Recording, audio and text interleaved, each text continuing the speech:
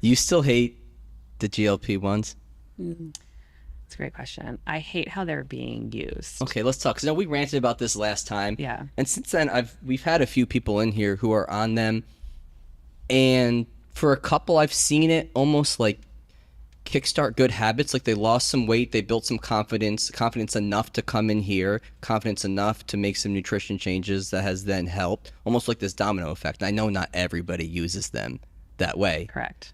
So I feel like I've kind of swayed back to like, well, I guess if it's really going to long term, Yeah, if listen, somebody is my stance has proactive. changed too. I think when they first were becoming more popular, I think I was very much like, what are we doing here? But I have seen them used appropriately, and I agree. I think, it's kind of like an antidepressant, right? Like we have to dig into why is someone depressed, but sometimes someone needs that bridge in order to be able to like feel better so that they can cook themselves breakfast or they can go out for a walk, right? So I think that's what I'm seeing with this for same exact reason. It's almost like bridging the gap for these people who have like never been able to stick with anything or lose weight, or they have this constant food noise and they don't know how to get out of that loop. And finally they're not having this food noise, so they can think about, oh right, I'm supposed, like, protein would be really helpful here, I can do that.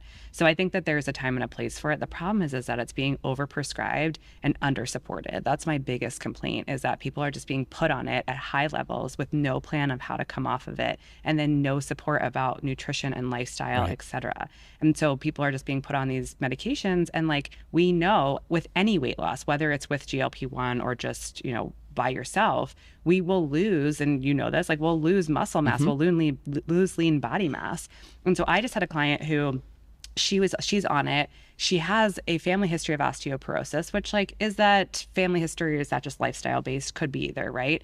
She also, her mom went through menopause early. She's in her 40s, so we're conscious of that. She's always had a low vitamin D. We're working on gut health, but I was like, we probably should get you to have a DEXA scan. She told her doctor laughed at her, and I was like, you're on a medication that could cause bone loss. Mm-hmm.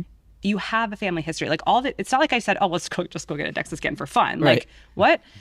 So I think that's the problem. It's just not being supported. And like a lot of these clients that get put on it, and yeah, they're losing weight, but they're losing like 2 to 3 pounds a week, which is increasing risk of that lean body mass, Mm-hmm. losing lean body mass, which is your muscle and your tissues and your bones. And then also like increased risk of gallbladder disease and all these other downstream effects from losing muscle or losing weight too fast. So there's all these complications that people aren't talking about. And then once again, this is where like insurance plays a role. Insurance is only allowing a therapeutic dose, which I believe the lowest dose is like 5 milligrams. Someone's allowed to start lower and build, but for a lot of people, they actually would do better on a microdose of something like 0.25 milligrams, because GLP-1 is something that you can actually produce yourself, and some people are just not producing it right. Why? Could be genetics, could be gut makeup, could be diet, lifestyle, stress, We're whatever. producing where? Pancreas? Where are we producing? I think it's our pancreas. Okay. Yeah. Don't quote me on it. I'm like, I think our gut, I think there's a probiotic. I don't know. I can look into that further. But I think that the problem is that once again, like we're relying on insurance to tell us what's appropriate. And so you're telling me that a 200-pound, 6-foot man, or I guess maybe that he'd be larger to need this, but like, We hear Jordy in there. yeah,